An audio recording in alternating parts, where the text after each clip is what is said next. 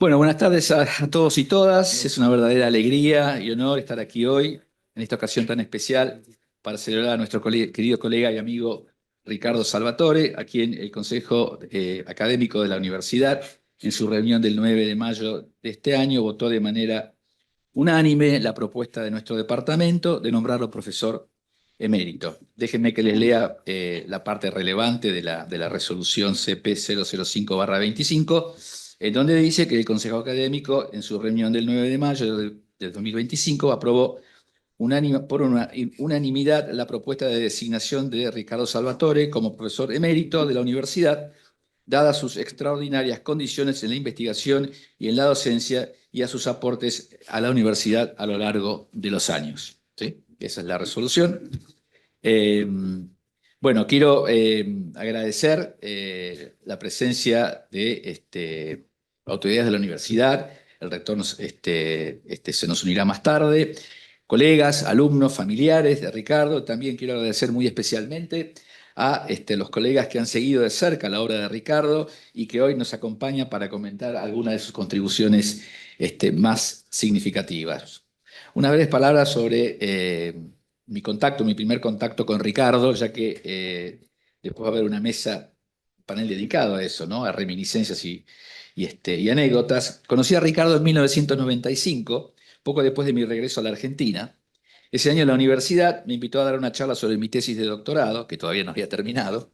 Al año siguiente me llamaron para dictar junto con Ricardo un curso de Historia de Occidente, que había muy poquitas en ese entonces, creo que eran 2 secciones, me parece. Para aquellos que tienen la edad suficiente, los años 90, recordarán, fueron los años del giro lingüístico y la nueva historia cultural.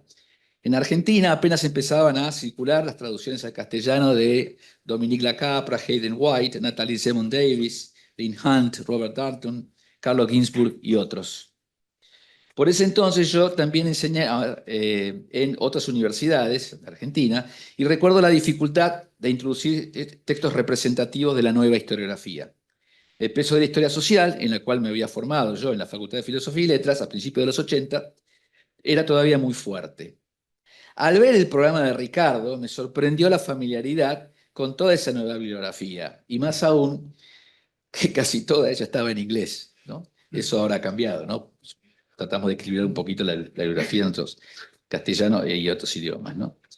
Eh, no encontré los programas de esos años, 1996, 1997, pero sí recuerdo el alivio que sentí al ver que habíamos leído las mismas cosas, algo que facilitó mucho nuestro trabajo conjunto en esos, creo que 2 cursos que compartimos, 96-97, y hizo más llevadera mi primera experiencia docente en la Ditela, que puedo trabajar con un colega con el cual compartíamos esas lecturas. Ricardo ha tenido una carrera impresionante, verdaderamente. Desde sus estudios de economía en Córdoba, pasando por su doctorado en Texas, hasta su incorporación a esta casa, en la UTDT, a principios de los 90, su camino ha sido una constante búsqueda de conocimiento y una pasión por compartirlo. Licenciado en Economía y doctor en Economía, te vamos a pedir perdonar esos pecados de juventud, Ricardo, pero esa juventud y esa formación inicial le han permitido abordar la historia de una manera única, combinando rigor analítico con sensibilidad social y cultural. ¿Qué decide sus logros académicos? Más de 100 publicaciones, libros premiados, invitaciones a universidades prestigiosas de todo el mundo. Ricardo ha dejado una huella imborrable en la historia económica, social, cultural y legal de América Latina. Es un referente obligado.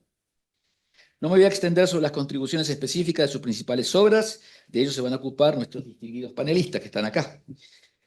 Pero no puedo dejar de mencionar algunos títulos que han marcado un antes y un después en nuestra comprensión de la historia latinoamericana y argentina. Wandering Paisanos, por ejemplo, una profunda investigación sobre la vida y el orden estatal en Buenos Aires durante la época de Rosas, Imágenes de un imperio, obra en la que analiza las formas de representación de América Latina en los Estados Unidos, Subalternidad, Derechos y Justicia Penal, texto fundacional para estudios de historia legal en nuestra región y la Confederación Argentina, y sus subalternos, un trabajo brillante sobre la construcción del Estado en el siglo XIX. Sé que nuestros próximos oradores nos guiarán a través de los aspectos más destacados de la vasta obra de Ricardo. Simplemente quería señalar la amplitud y la profundidad de su trabajo, así como su capacidad para abordar temas complejos con rigor y originalidad. Más allá de sus publicaciones y reconocimientos, creo que lo más importante del legado de Ricardo es su pasión por la investigación y su capacidad para inspirar y formar nuevas generaciones de historiadores, promoviendo siempre una perspectiva crítica, interdisciplinaria y cosmopolita. Su participación en asociaciones académicas y comités editoriales, su impulso a iniciativas como la Red Iberoamericana de Historia Antropométrica, sus esfuerzos por mejorar los estándares de la profesión, todo ello demuestra su compromiso con la comunidad académica y su visión de una historia más plural y rigurosa a la vez. Por todo esto y por mucho más es que hoy celebramos con alegría y orgullo el nombramiento de Ricardo como profesor emérito de la Universidad Torcuato Di Tella. Es un reconocimiento merecidísimo a una trayectoria excepcional y una contribución inestimable a nuestra universidad y a la historia latinoamericana. Ricardo, en nombre de todos tus colegas, alumnos, exalumnos y amigos, te felicitamos. Que este nuevo capítulo de tu vida esté lleno de proyectos y satisfacciones y que sigas inspirándonos con tu inteligencia y tu pasión por muchos años más. Gracias.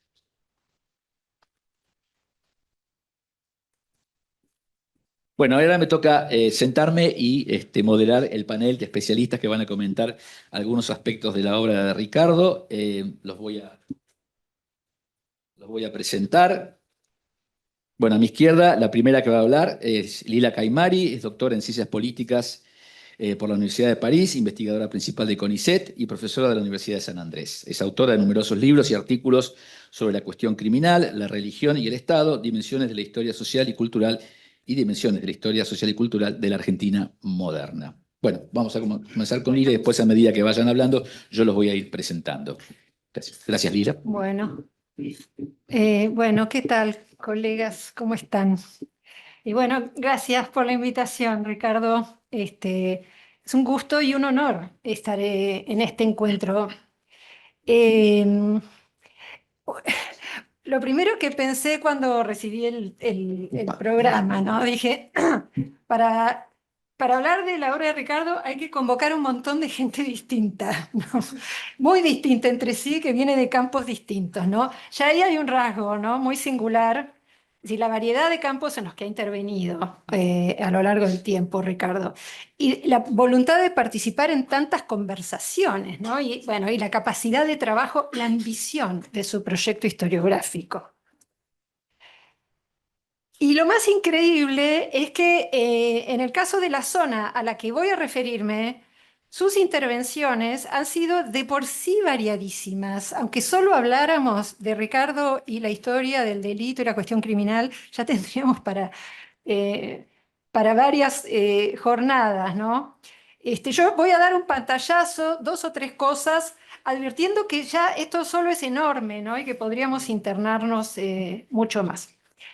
Entonces, estoy acá porque el nombre de Ricardo está asociado indisolublemente a un campo de estudios, un campo hoy muy consolidado y dividido en subcampos en realidad, que es lo que solemos llamar la historia de la cuestión criminal, que es un paraguas que incluye temas como la prisión, la pena de muerte, la justicia penal, la policía y las disciplinas y saberes expertos ligados a estas agencias. Este es un campo cuyos orígenes historiográficos podríamos remontarlos muy atrás a la historia del derecho colonial, por ejemplo. Podríamos decir, pero que adquiere un impulso muy enérgico ligado a la historia social, sobre todo a fines del siglo pasado, ¿no? En los años 90, diría, en manos de una generación que armó una biblioteca que lleva marcas de época, ¿no? De un momento muy intenso de la historiografía en la Academia Norteamericana, del que Ricardo participó muy intensamente. Entonces, en el centro de esta biblioteca, uno podría decir, está la historia social marxista inglesa, ¿no? Está Hobsbawm, por supuesto, sus bandidos, pero está sobre todo E.P. Thompson, un autor crucial en la perspectiva de Ricardo y de tantos más, ¿no? Pero en Ricardo es claramente un autor eh, matricial. Está, digamos, la irradiación de la formación de la clase obrera inglesa en muchos de sus trabajos sobre economías morales, pero también en la reflexión thompsoniana, que esto es menos frecuente, ¿no? La reflexión thompsoniana sobre la ley como punto de observación de las relaciones sociales, ¿no? La historia crítica de la ley penal, cruzada con un freno al que Ricardo también ha hecho lugar, que la idea de que la ley no es pura farsa, ¿no? Que es también, digamos, el freno a esa tendencia crítica. Pero también hay diálogos con otros historiadores de esa tradición, por ahí menos conocidos acá, Douglas Hay, Peter Limbaugh, historiador de la pena de muerte, Ignatieff, es decir, toda una tradición anglosajona de la historia social de la ley y el castigo. Por un lado, cruzada con todo esto está, por supuesto, Foucault, ¿no? Que en ese momento fue, digamos, hace intersección, ¿no? con esta biblioteca y que en este caso, como salta a la vista, es el Foucault de Vigilar y Castigar, ¿no? Del nacimiento de la prisión, un cruce muy propio de los años 90. Y luego hay un vínculo muy fuerte con la historiografía latinoamericana de la Academia de Estados Unidos, muy en diálogo. Todo lo que ha escrito Ricardo está en general muy en diálogo con lo que se escribía sobre México especialmente, pero también sobre Venezuela, sobre Colombia, sobre Perú, y esto se va a mantener. Y después, last but not least, diría la adhesión explícita y muy perdurable de Ricardo a los postulados teóricos del subalternismo indio muy de los 90, también que es una marca muy suya esa, ¿no? Es decir, si nos fijamos, la palabra subalternos está en muchos de los títulos de sus artículos, de sus libros, y si no está en el título, está en la bajada. Y esto motoriza un tipo de instrumentalización de la historia social más transversal, digamos, perspectivista, en una búsqueda y análisis de fuentes más relacional y abierto a sujetos otros que la clase obrera, ¿no? Más tarde va a aparecer también, pero yo ese creo que es otro momento, la marca de Norbert Elias. Ahora voy a decir algo sobre eso. En fin, todo esto, todas estas perspectivas, estoy nombrando así muy a trazo grueso, intensamente integrado en sus reconstrucciones, ¿no? Y diría, son sus marcas de autor, diría, de una personalidad historiográfica fuerte, con gustos fuertes, con entusiasmos fuertes y un proyecto historiográfico, diría yo, de gran ambición. ¿Cómo sintetizar los aportes de Ricardo a la cuestión de la historia criminal? Yo diría dos planos. Por un lado, está el desarrollo de líneas ligadas a la historia de la cuestión criminal en el marco de la historia de la modernización y la formación del Estado argentino y latinoamericano de 1870 a los años 30, digamos, ¿no? Ricardo, en ese arco, Ricardo se ha pronunciado sobre casi todas las cuestiones que atañen a este campo, salvo quizá menos a la policía, que es un tema sobre el que he escrito menos, pero sobre todo lo demás ha escrito y ha dicho cosas importantes. Hace poco estuve en un gran encuentro, hay una enorme red latinoamericana de historiadores del delito ahora, centenares de trabajos, ¿no? De escala acotada, inscriptos en sus campos.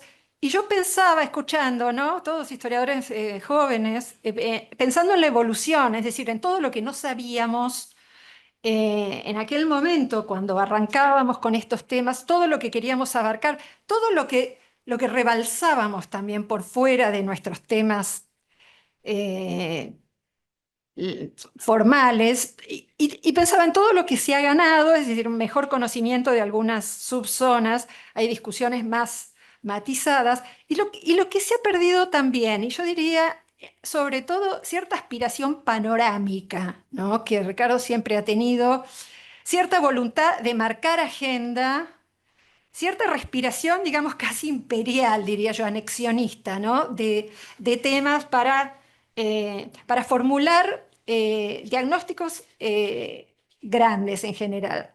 Y yo diría, en ese campo, la marca del trabajo de Ricardo es indeleble, ¿no? En parte porque data de cuando había que hacer un mapa, ¿no? De un momento embrionario del campo de estudios que requería de hipótesis de partida de cartografías, de la organización de discusiones en torno a algunos ejes, y Ricardo era el historiador ideal para un momento así, en el cual la masa estaba todavía muy blanda, digamos.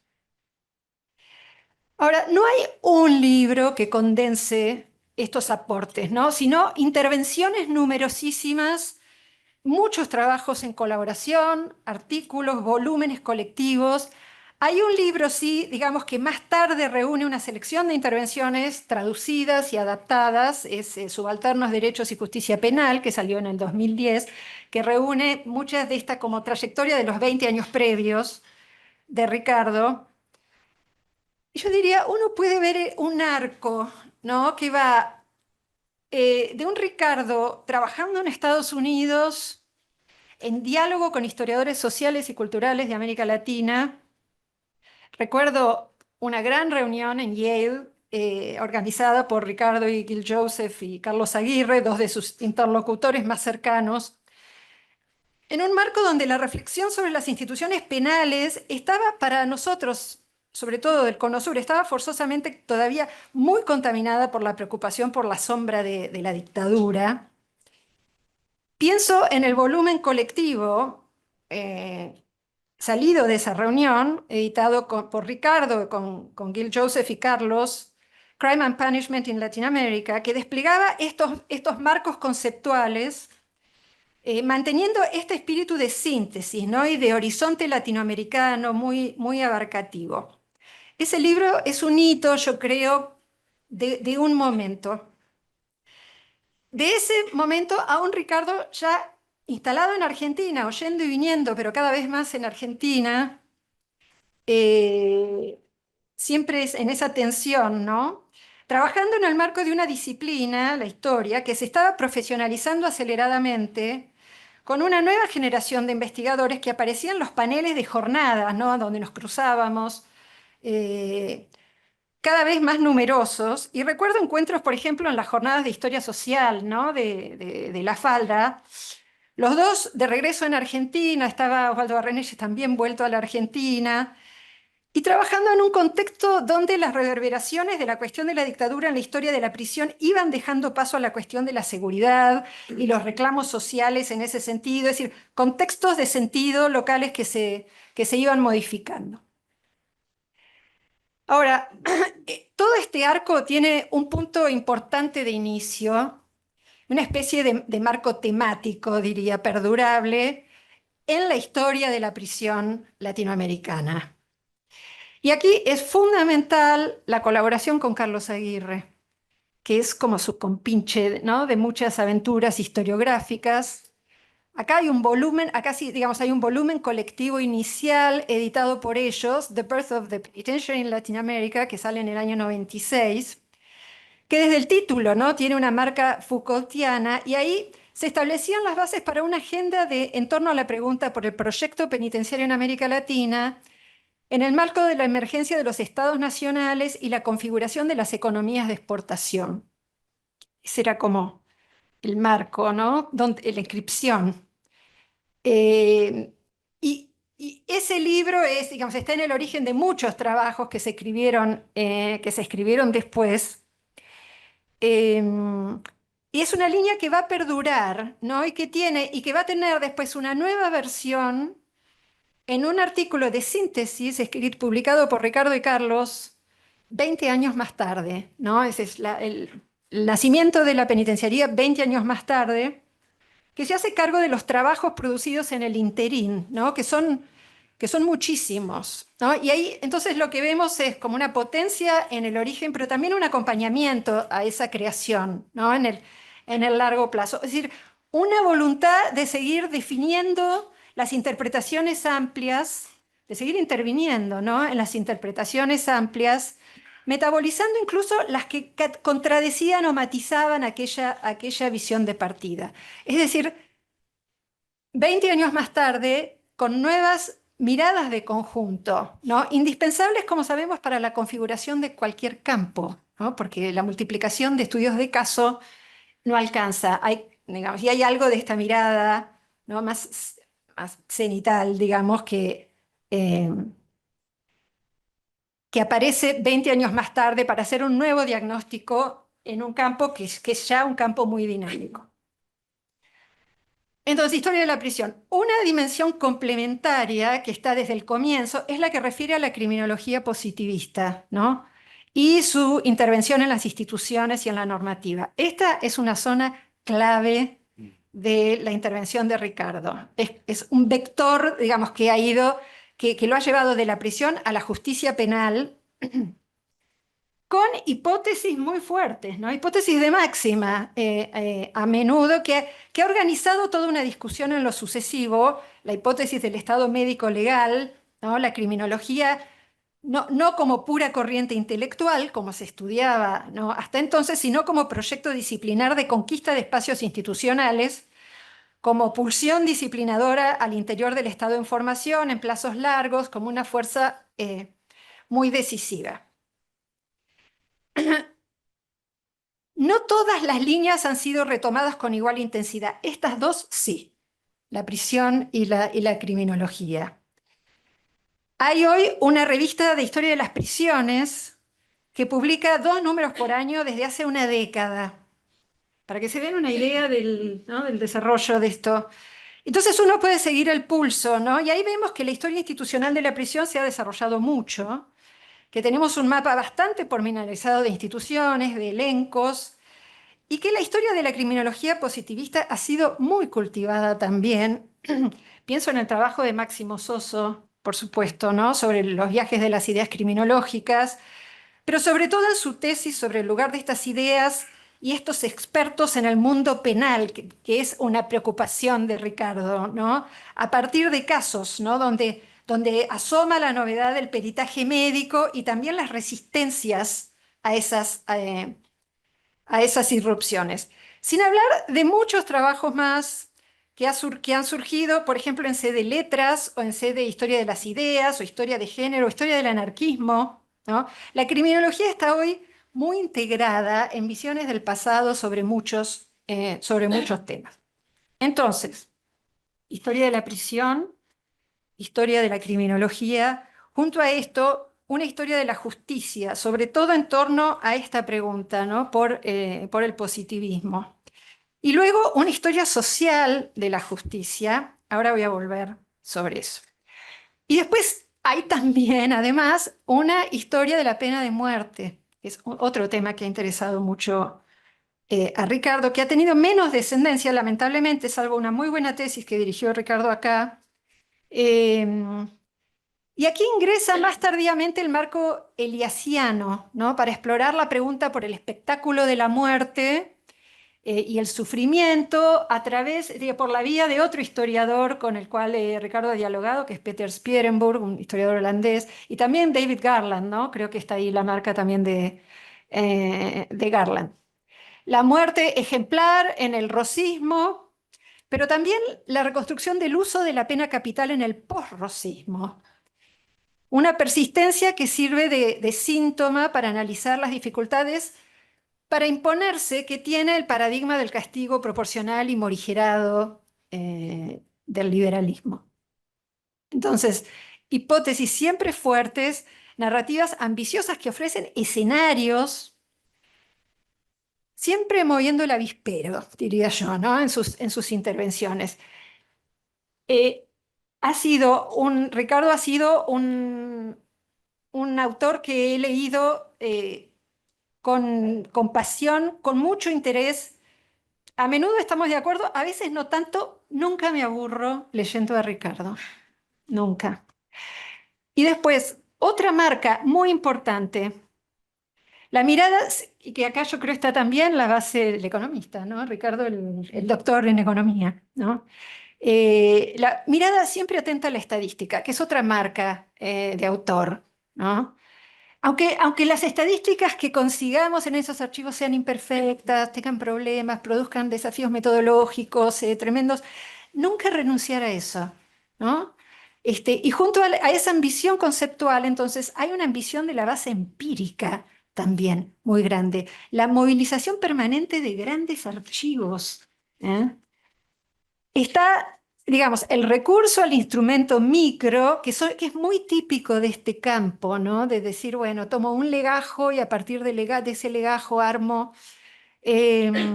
la cosa del history from crime, ¿no? Es decir, el legajo penal como ventana a partir de un caso y tratar de pescar ahí lo que se pueda de una perspectiva subalterna, pero en su caso sin nunca renunciar a construir bases documentales amplias y a ofrecer vistas generales, ¿no? Es decir, hay siempre un corazón social que no cede ante la presión, digamos, quali y micro, que a veces viene de las tendencias que cruzan el campo, a veces viene de lo que nos imponen los archivos simplemente, los que nos permiten, ¿no? Y vinculado a esto, diría también la voluntad de ir más allá del nicho, ¿no? De insertar esto en marcos más amplios. Es decir, no es solo instalar un nuevo tema, la prisión, la criminología, también es revisar un tema clásico, la historia de la cuestión social, a la luz de lo que traen estos elementos. ¿No? Entonces, y también no es solo hablar del crimen acá o allá, también es hacerse la pregunta inmensa de Norbert Elias sobre la violencia en el largo plazo y los mecanismos civilizatorios en las sociedades latinoamericanas, ¿no? A partir de, de esta cuestión. O sea, nunca achicarse, ¿no? Preguntas grandes, preguntas siempre ambiciosas. Y luego está la segunda vertiente de todo esto, imagino que Geraldine va a hablar más de esto, así que lo digo rápidamente, digamos, es que es la integración de dimensiones penales, disciplinadoras y punitivas en narrativas interpretativas del rosismo. ¿No? Y aquí sí hay un libro en el centro, el gran libro que recién mencionaba Andrés, de Ricardo, diría yo, la línea Wandering Paisanos, ¿no? Paisanos itinerantes, que es el título de la demorada traducción del libro acá que publicó Prometeo, que es, en verdad, yo diría, es como un gran río caudaloso, ¿no? En el que caben análisis de la pena de muerte, de la historia de la justicia y de la ley, en el discurso, en la normativa, en el aparato estatal rosista y sus prácticas, y sobre todo la pregunta por las culturas legales subalternas. ¿No? Imagino que Geraldine va a hablar de esto, entonces, digamos, me parece que ahí hay un gran ejercicio, e incluso un ejercicio impenitente, diría yo, un ejercicio eh, donde hay una vocación muy grande, un compromiso muy grande de escribir una historia desde abajo, ¿no? De estos sectores. Una historia que se construye en buena medida desde el archivo de la justicia y que busca a la vez describir este aparato estatal rosista y dar cuenta de las economías morales populares donde hay reglas inteligibles, ¿no? Darles inteligibilidad a esas zonas que parecen opacas. Esos paisanos, dice Ricardo, vieron mejorar su situación en términos de igualdad, sí, ya cierro, ante la ley. Entonces esto conecta con discusiones sobre el gaucho y más en general sobre las clases populares de la campaña bonaerense y con la historia del liberalismo, digamos, con grandes temas. Aquí también aparece, ¿no? La vocación polémica de Ricardo, la visión del rosismo como momento popular y disciplinador a la vez, que se construye, según lo explicita él, contra visiones del rosismo como imperio de la arbitrariedad. ¿Contra quién escribe Ricardo? ¿No? ¿Contra quién? El polemista Ricardo, ¿contra quién o a contrapelo de quién? Acá hay otro tema, yo creo, una tensión perdurable que yo creo que se explica por la colocación oscilante de su obra, ¿no? Y el diseño, la manera como él diseña estos diálogos. Por un lado, la inserción de Ricardo en la historiografía latinoamericana producida en Estados Unidos o en historiografías europeas más en general, historiografías del hemisferio norte, diría, mucho de su producción de este campo, al menos, se ha publicado en volúmenes colectivos sobre temas generales, en los cuales Ricardo era el responsable del capítulo sobre América Latina, por ejemplo. Entonces, hay una voluntad por mantener diálogos en estos marcos y luego están los marcos de diálogo de la historiografía argentina.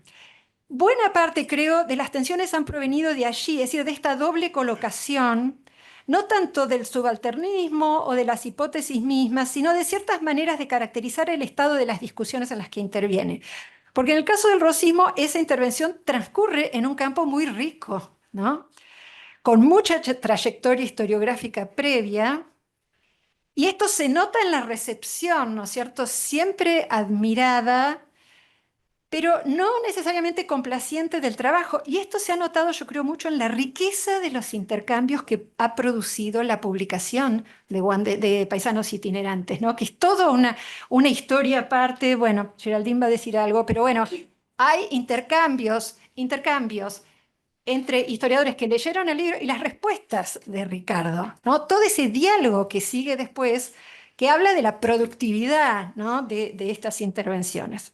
Bueno, en síntesis, yo diría, Ricardo es un historiador raro, con una colección de cualidades muy única, una audacia y un compromiso que me parecen muy singulares. Yo me alegro de haberlo tenido cerca al inicio del camino en mi propio trabajo sobre la historia de la cuestión criminal. Ustedes me llaman para evaluar su contribución en este campo y yo les digo, esa contribución ha sido crítica. Ricardo estableció en el origen mismo una agenda de temas y una caja de herramientas y sobre todo una vara muy alta de la que nos hemos beneficiado todos.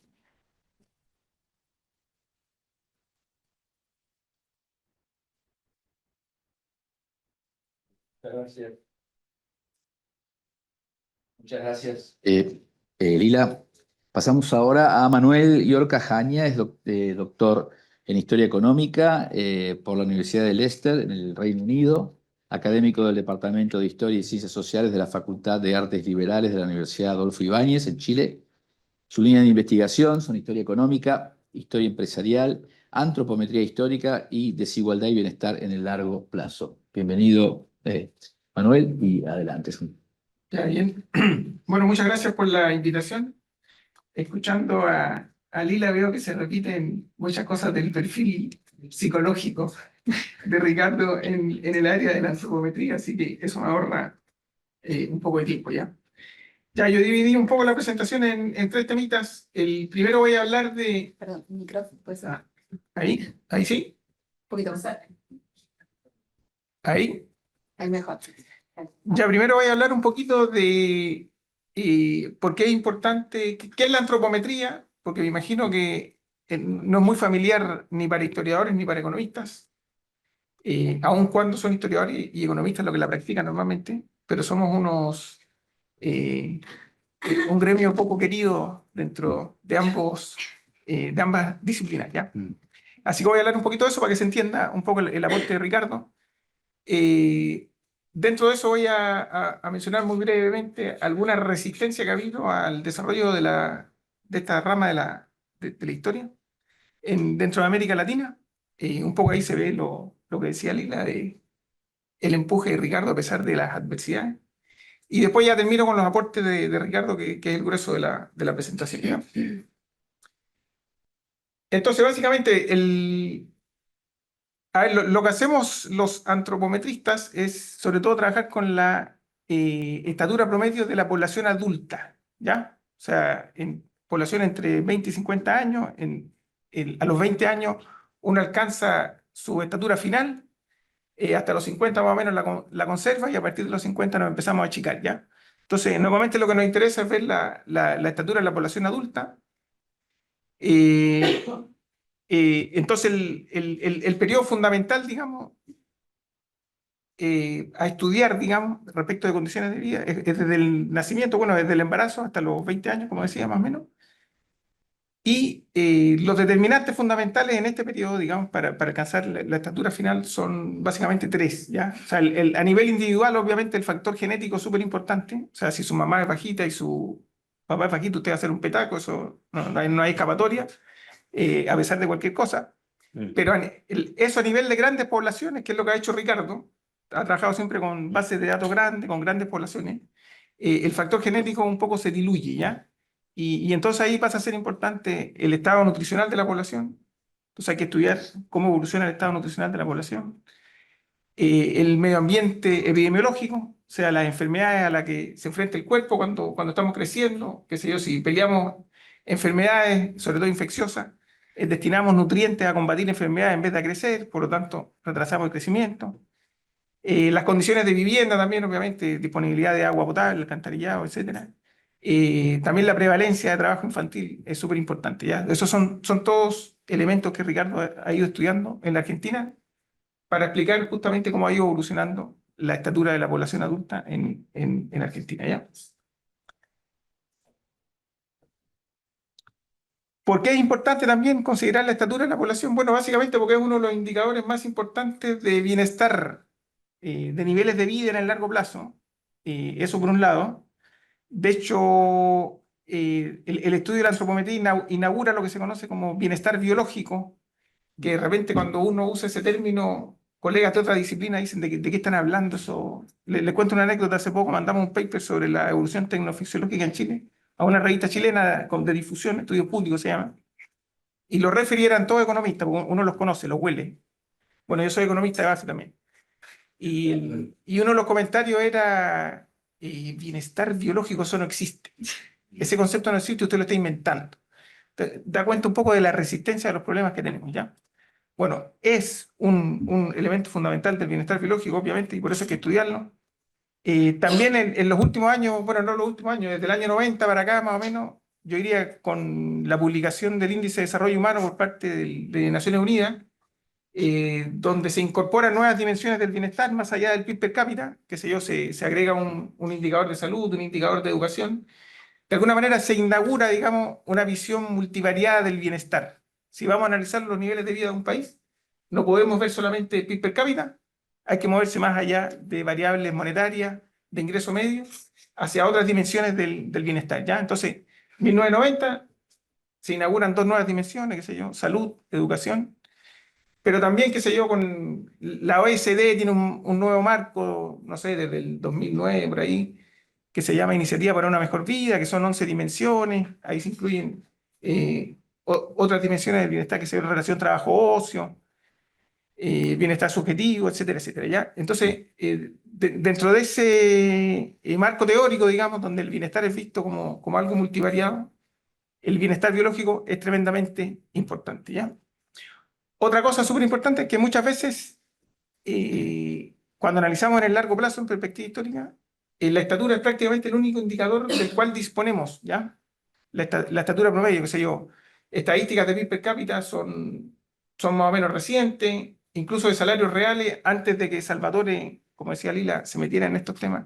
Por ejemplo, para el periodo colonial argentino, las estadísticas de salarios reales son bastante recientes, que se lo trajo Santilli, Jorge Gelman, Julio con apellido impronunciable. Nosotros le decimos Julio nomás. En Chile nadie puede pronunciar su apellido, así que Julio. Todo el mundo sabe que es él. Antes de eso, prácticamente el único indicador de bienestar eran las estimaciones de Ricardo de la estatura, ¿ya? Así que tremendamente importante.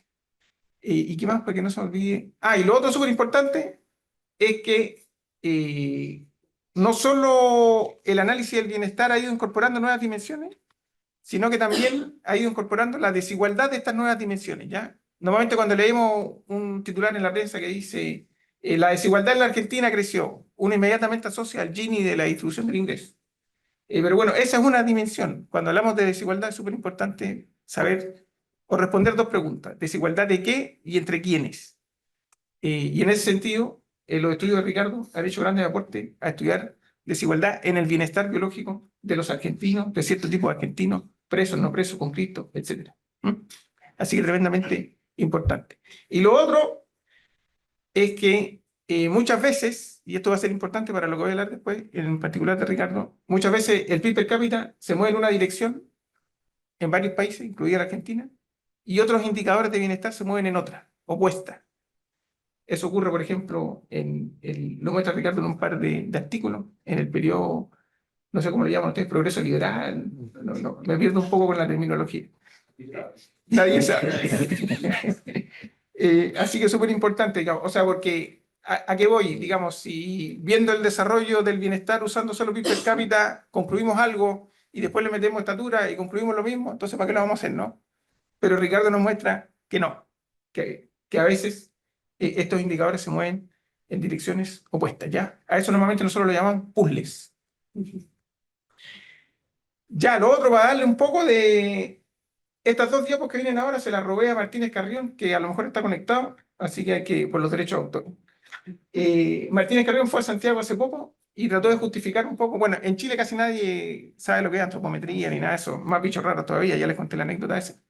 ¿Y qué nos contaba Martínez Carrión? Bueno, básicamente que hay hasta un par de premios Nobel en economía que han recibido el premio Nobel principalmente por sus trabajos en el área de antropometría. O sea, a nivel mundial, incluso para los economistas, es un área tremendamente importante, que yo estoy haciendo referencia a Robert Fogel, Angus Deaton. Ahí pueden ver esos dos libros que son bien conocidos. También hay los trabajos de Dora Costa, otros tantos economistas también, pero que este es mío, ¿no? Bien conocidos.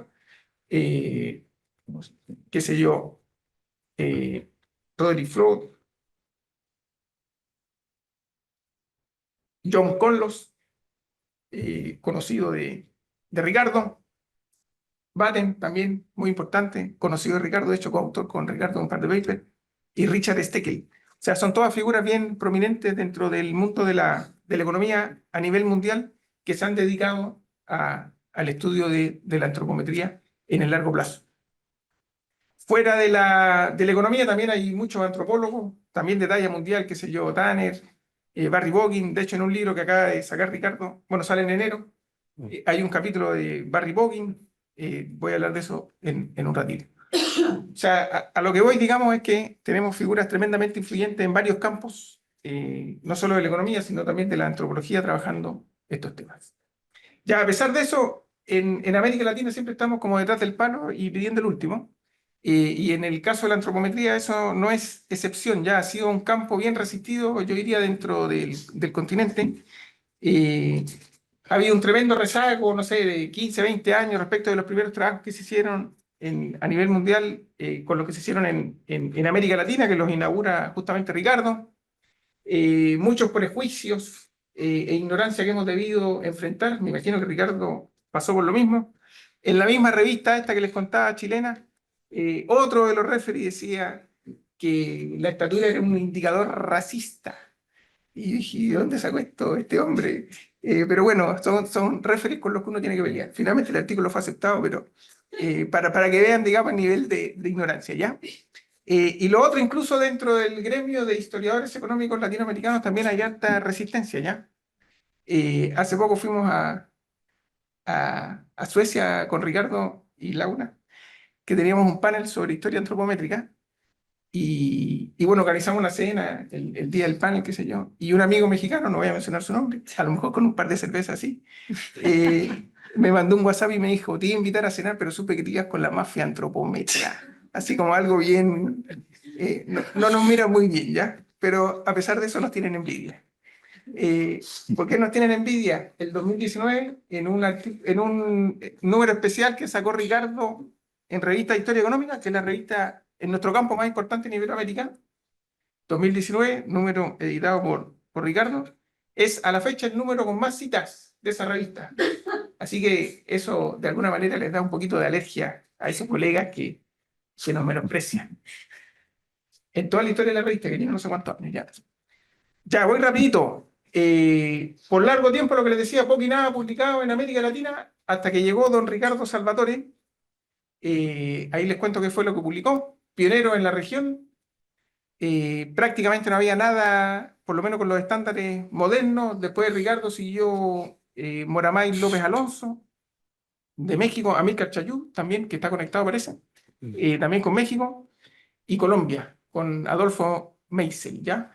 Yo diría que por varios años fueron prácticamente los únicos 3 países bien documentados en la historia antropométrica latinoamericana. Hoy día, gracias a lo que mencionaba el Andrés al principio, digamos que se fundó la Asociación Iberoamericana de la Red no sé ni cómo se llama, Iberoamericana de Historia Antropométrica, algo así. Ahí, bueno, y con los volúmenes que editó recién Ricardo, ha ido avanzando bastante el campo y yo diría que prácticamente hoy día no hay ningún país para el cual no exista por lo menos algún estudio sobre evolución de la antropometría histórica dentro de Sudamérica, que se yo, convencimos a los uruguayos, que se habían resistido, a los peruanos, a los bolivianos, hay trabajos de Cuba, sigue súper bien, ahora están todos en el bote. Ya, y aquí llegamos a lo más importante, pero que para entenderlo había que explicar lo anterior. La contribución de Salvatore, bueno, pionero en la región, en toda América Latina, yo diría que fue el primero que llegó y plantó la primera banderita. Si mal no recuerdo, todo parte más o menos en 1997, en una conferencia en Múnich, organizada justamente por este señor que les mostraba antes, John Conlos. De ahí se publicó ese librito que viene en pantalla. En ese libro vienen dos contribuciones de Ricardo, sobre todo con estatura de la población argentina para la época colonial tardía y república temprana. Y desde ahí no ha parado hasta el día de hoy. De hecho, enero 2026 sale otro libro editado por él, así que no ha parado. Espero que no que no pare, digamos. En Chile decimos, el que nace chicharra muere cantando. Espero que sea el caso y que siga por varios años más. Según Martínez Carrión, muy amigo de Salvatore, la antropometría es adictiva. Una vez que uno empieza no puede parar. A mí me ha pasado un poco lo mismo. Yo vengo de otro mundo y como que uno no para, ¿ya? Y van apareciendo bases nuevas y no terminamos. Y aquí les traje un listado de las principales publicaciones de Ricardo en esta área, ¿ya? Qué sé yo, el primero ahí, caída de la estatura y recuperación en una economía exportadora rica en alimentos, para los primeros 30 años del siglo XX, estatura, nutrición y convergencia regional, el noroeste argentino en la primera mitad del siglo XX, el bienestar biológico, ahí está el concepto que el referee ignorante, la ignorancia atrevía, el referee ignorante me dijo que no existía, y la clase trabajadora, la estatura de los prisioneros en Buenos Aires, ahí juntándose con lo que decía Lila. Fines del 19, primera década del 20, nutrición neta y desigualdad en Argentina. Ahí vemos la dimensión de desigualdad que les comentaba, no hay evidencia, algunas conjeturas. Es bueno, como decía Lila, muy bueno para las conjeturas, para tirar la piedra, pero no esconde la mano, la deja ahí. Se hace cargo. Se hace cargo. Creciendo en tiempos turbulentos, crecimiento de la estatura e industrialización en Argentina, el cordón industrial de Buenos Aires, dimensión regional en el bienestar biológico de Argentina. Bueno, de hecho, cuando yo recibí ese comentario del referee, le dije, mira todas las publicaciones que hay con el título bienestar biológico, ¿cómo va a decir que no existe? Retraso en el crecimiento en un país rico en alimentos, la Pampa Argentina de mediados del siglo XIX a mediados del XX, estatura, nutrición, bienestar en Argentina, etcétera, etcétera. No los aburro más con más títulos. Ya, lo que sí les quería mencionar es que Ricardo no publica en cualquier revista. Todo eso que vieron son principalmente artículos, ¿ya? En historia económica hay como 3 grandes revistas a nivel mundial.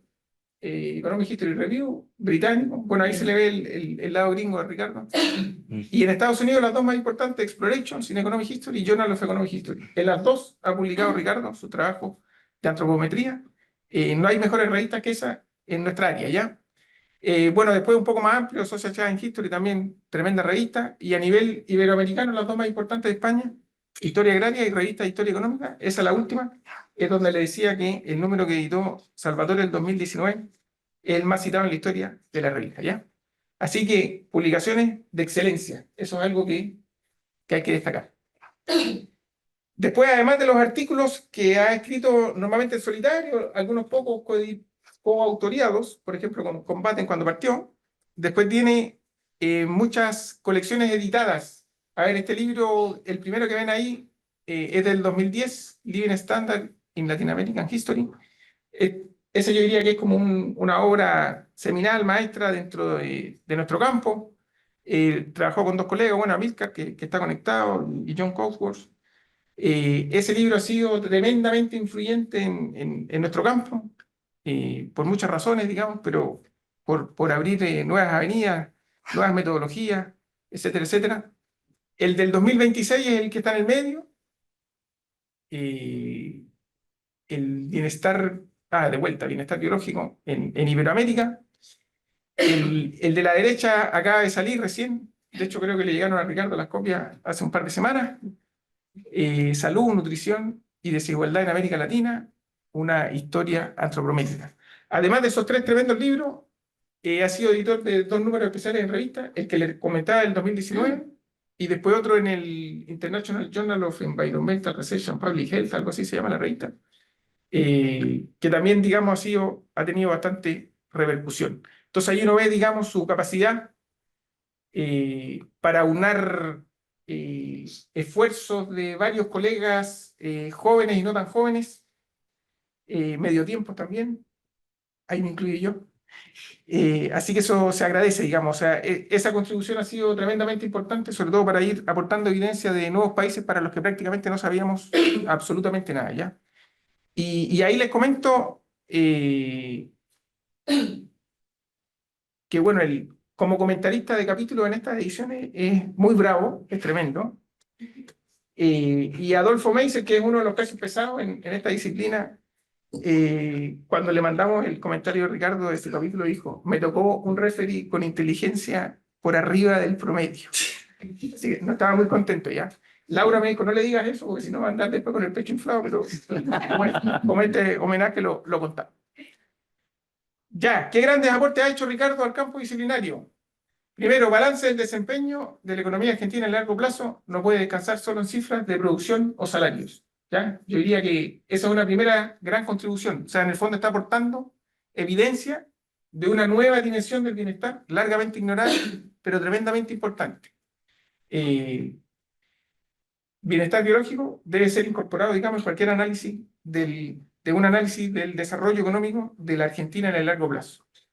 Después, otra tremenda contribución, hay periodos en que hay una disociación, lo que les decía, lo de los puzzles, ¿no? Entre variaciones del Producto Interno Bruto y las exportaciones, sea total o per cápita en Argentina, y el bienestar biológico. O sea, se mueven en el sentido opuesto, y por eso es importante incorporar esta nueva dimensión. Por ejemplo, la era del progreso liberal crecen mucho, entiendo que el producto y las exportaciones en la Argentina, y el bienestar biológico no tanto, ¿ya? O hay un retroceso. En el periodo de la Gran Demora ocurre lo contrario. Entonces, por eso, tremendamente importante. Entonces, en ese sentido, la contribución de Ricardo, que fue el primero en documentar estos puzzles para la región, después de otros países, han aportado evidencia en la misma línea. Por ejemplo, en el caso chileno, en la era del salitre, después de la Guerra del Pacífico, que el imperialismo chileno anexó provincias de Bolivia y de Perú, crecieron mucho las exportaciones, creció mucho el producto, pero si uno ve, digamos, las estadísticas de estatura, hay estancamiento, incluso declive, ¿ya? Eso obviamente en línea con los puzzles de Salvatore para la Argentina. También, primero en documentar evolución en el bienestar biológico de la Argentina por más de 200 años. Las estadísticas de Ricardo parten de la época colonial hasta el presente prácticamente. No creo que haya ningún cientista social en Argentina que haya construido series de largo plazo para un indicador en particular, ¿ya? Así que tremenda contribución en ese sentido. Después lo otro, bueno, lo que les comentaba, la incorporación del bienestar biológico no solo importante per se, sino también porque nos aporta una nueva dimensión de desigualdad. Ricardo en ese sentido ha sido pionero, por ejemplo, popularizó mucho y justificó, digamos, por qué el coeficiente de variación es la mejor medida de desigualdad cuando estudiamos estatura. Tiene varios trabajos sobre eso, adora el coeficiente de variación como indicador de desigualdad. Evidenció con su trabajo también que la desigualdad de ingresos se puede mover de manera distinta también a la desigualdad en el bienestar biológico, y explica por qué en sus trabajos también. Documentó la relación entre crecimiento económico y desigualdad en el bienestar biológico para la Argentina. Luego popularizó también estimaciones de tasa de desnutrición de la población basada en datos de estatura, siguiendo un poco, no sé si han visto esas tablitas de crecimiento, los que tengan hijos, cuando van al pediatra y se angustian: su hijo está en el percentil 20 y salen todos cagados. Bueno, esas tablitas las ocupa Ricardo también. Si una persona tiene dos desviaciones estándar por debajo del promedio ese que el pediatra no señala, esa persona tiene desnutrición moderada o severa. Ricardo fue el primero en usar esa metodología de la Organización Mundial de la Salud para estimar tasas de nutrición para Argentina, tremendamente importante. Deben haber pocos indicadores más importantes que estimar tasas de nutrición para un país cuando estamos documentando sus niveles de vida, ¿ya? Lo otro aportó evidencia sobre el bienestar para el periodo colonial, como les decía, antes de la serie de salarios real, que son más o menos recientes, en los últimos 10 años prácticamente no había nada para la Argentina. Y lo otro, bueno, tremenda capacidad de aunar esfuerzos con otros colegas de la región, me incluyo, pero no solo dentro de América Latina, sino también en España, ¿ya? Y por último, bueno, puentes con otras disciplinas, un poco lo que decía Lila, que de repente está hablando de un tema, pero está estableciendo puentes con colegas dentro de la historia, dentro de la antropología, etcétera, etcétera. Así que eso, bueno, no hay pocas palabras en realidad para resaltar, digamos, la tremenda contribución de Ricardo a la antropometría histórica de América Latina. Así que esperamos que siga muy activo, que encuentre nuevas bases de datos. Sé que tiene cosas pendientes, así que lo exhortamos, digamos, a que siga produciendo, como lo ha hecho.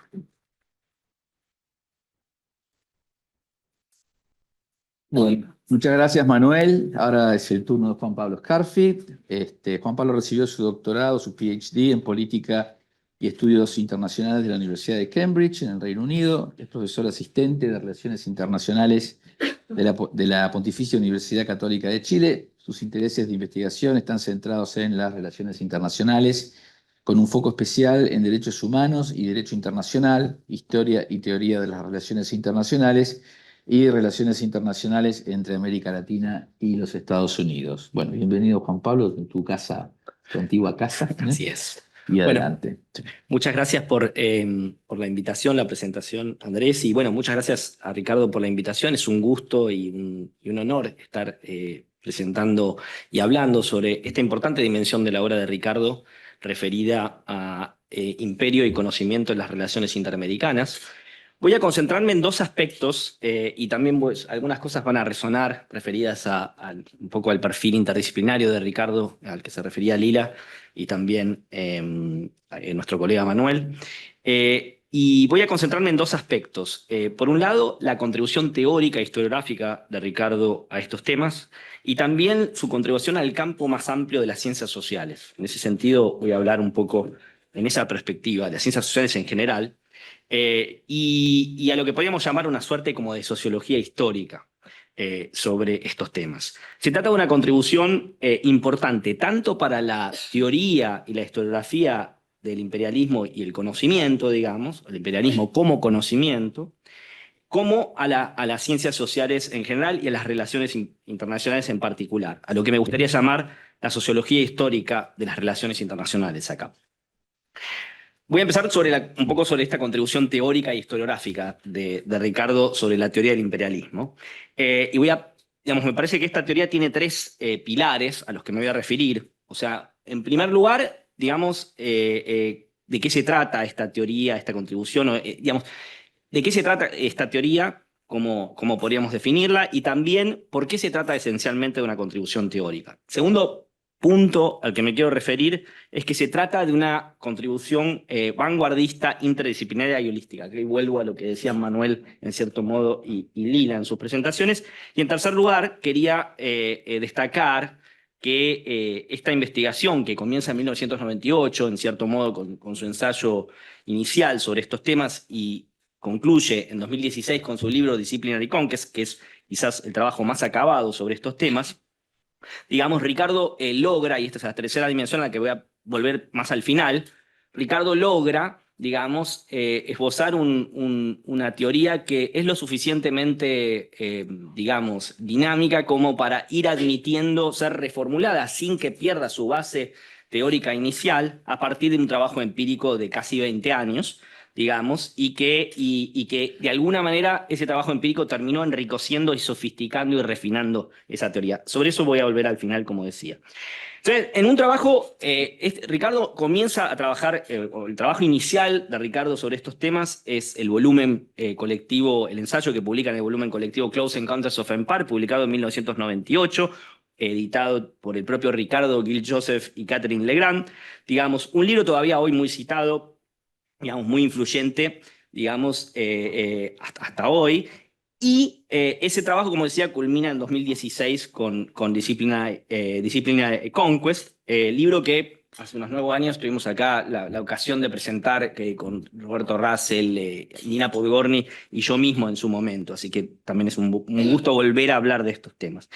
Y en ese ensayo titulado Empresa del Conocimiento, Máquinas de Representación del Imperio Informal, The Enterprise of Knowledge, Representational Machines of Informal Empire, Ricardo elaboró una teoría y una propuesta de investigación, ¿no? Sobre la naturaleza del imperialismo informal de Estados Unidos en Sudamérica, con un especial énfasis en el momento del panamericanismo. En este momento, esta política de los Estados Unidos entre 1890 y 1945, tendiente, digamos, orientada a la cooperación cultural, intelectual, económica, legal y política, y que, por supuesto, constituye, digamos, la política formativa de lo que llamamos el sistema interamericano. Sobre la base de una, digamos, combinación de aportes teóricos que Ricardo logra como ensamblar de una manera muy personal, que provienen de la obra de Foucault, que también está muy presente en los trabajos de historia del crimen de Ricardo, pero también está presente aquí la influencia de Stefan Todorov, y también los trabajos clásicos de The Imperialism of Free Trade, los trabajos clásicos de imperialismo informal de John Gallagher y Ronald Robinson, ¿no? Sobre imperialismo informal. Ricardo elabora una teoría, digamos, que se puede sintetizar de la siguiente manera, ¿no? Como Estados Unidos se consolida y se legitima como un imperio informal en Sudamérica, en un contexto postcolonial, a diferencia de lo que va a suceder en Centroamérica y el Caribe, donde los Estados Unidos, digamos, hacen intervenciones militares y también, por supuesto, digamos, establecen formas de imperialismo formal y neocolonial en muchos aspectos.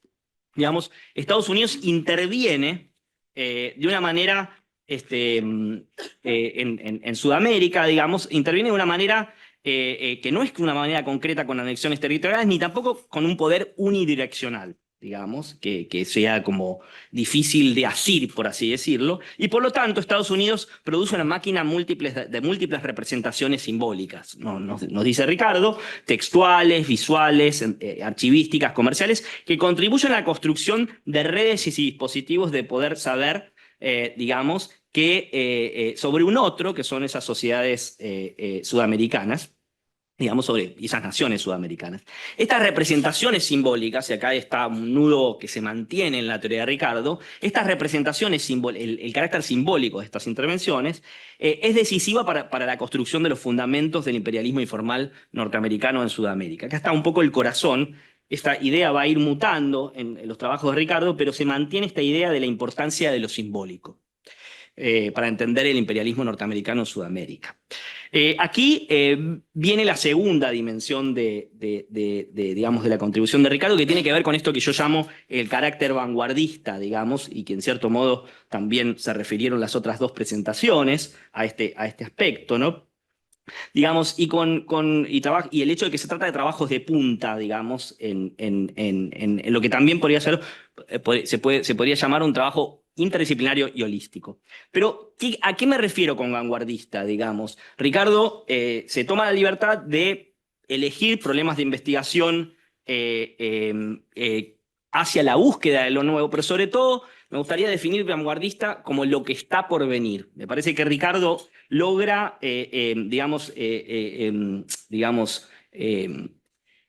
dedicarse a temáticas que son, en cierto modo, precursoras o que están por venir, digamos. Y en ese sentido, me parece que el aspecto del imperialismo, por supuesto, es una discusión vieja, ¿no? Y en este caso, obviamente, es todavía más agudo y arriesgado ser, digamos, vanguardista, porque se trata de una discusión vieja. Con lo cual, digamos, repensar el imperialismo desde, digamos, Ricardo lo hace más allá de la teoría de la dependencia de los años 70 y 70, pero también más allá de la teoría decolonial dominante de los años 90.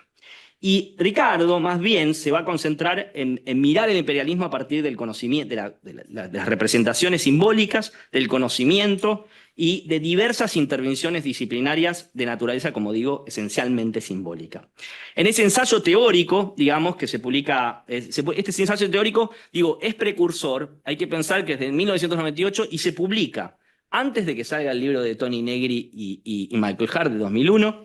También se publica antes de que empiecen a haber discusiones sobre el nuevo intervencionismo, también antes de que se empiece a discutir de manera muy ferviente las intervenciones humanitarias, y también antes de la guerra contra el terrorismo de 2001, digamos. Y en ese sentido, antes de toda una nueva discusión sobre el nuevo imperialismo, digamos, que se pone candente, por supuesto, después, a principios de los años 2000. En ese sentido, este es un trabajo, digamos, el trabajo de Ricardo en estos temas es precursor. Este ensayo inicial da lugar a varios frutos empíricos de investigación. Uno de ellos es Imágenes de un imperio, publicado en 2006, que es un libro que es bastante deudor de lo que sería esta propuesta teórica inicial de Ricardo.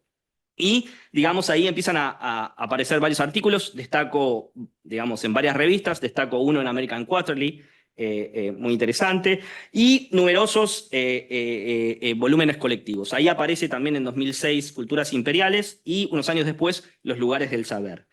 Todos estos trabajos pueden ser vistos como work in progress de lo que va a ser Disciplinary Conquest, el libro que sale en 2016, que es digamos, digamos que esboza la concepción definitiva, acabada, de Ricardo sobre estos temas. Y para mí la más madura, la más rica, ¿no? En ese sentido, a mi entender. Y como digo, esta es una etapa importante, porque acá Ricardo desarrolla un proyecto de investigación interdisciplinario y digamos, y holístico en la Universidad de Itela, digamos, del que participamos muchos investigadores de áreas muy diversas, digamos, la mayoría de ellos profesores de Itela, espero no olvidarme de ninguno, Pancho Lierno, Andrés Rellane, Canega Galperín, Guillermo Ranea, no sé si me olvido de alguien, espero que no.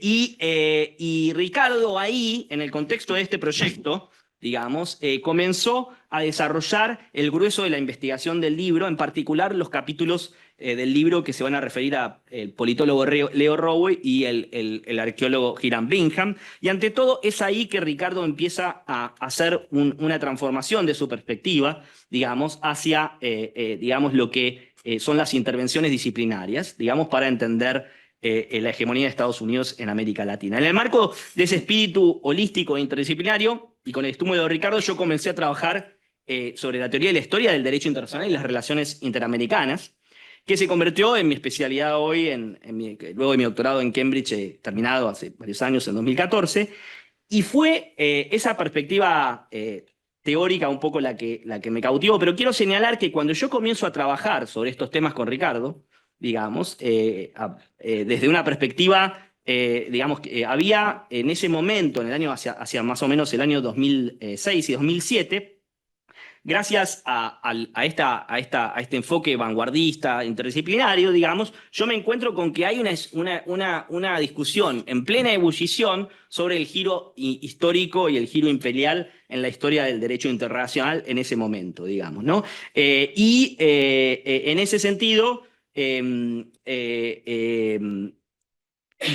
Cambridge terminó siendo un lugar donde pude de alguna manera continuar esa vocación interdisciplinaria, ese espíritu holístico de vanguardia que comencé con Ricardo y que siguen siendo muy vitales en Cambridge. O sea, en ese sentido, trabajar con Ricardo fue una estupenda plataforma para continuar en Cambridge, debo decir.